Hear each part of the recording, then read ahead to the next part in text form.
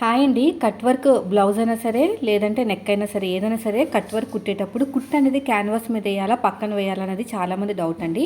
First నేను చెప్తాను, స్ట్రేట్గా ఒక స్టిచ్ వేసుకోండి ఒరిజినల్ క్లాత్కి లైనింగ్ క్లాత్కి. ఈ క్యాన్వాస్ కార్నర్కి వేయాలండి, అంటే పైన కూడా కాదు అలాగని చెప్పేసి క్లాత్ మీద కూడా కాదు, క్లాత్కి క్యాన్వాస్కి టచ్ అయ్యే దగ్గర బాగా కార్నర్కి వేస్తే ఫ్యూచర్లో మనం ఉతికినా కూడా బ్లౌజ్ అనేది ఆ క్యాన్వాస్ అనేది ఊడిపోకుండా ఉంటుంది అనమాట. అట్లీస్ట్ ఒక కరువు తిరిగే చోట 2-3 కుట్లు అనేవి క్యాన్వాస్కి టచ్ అయినా పర్లేదండి, మొత్తానికి టచ్ కాకుండా మాత్రం ఉండకూడదు.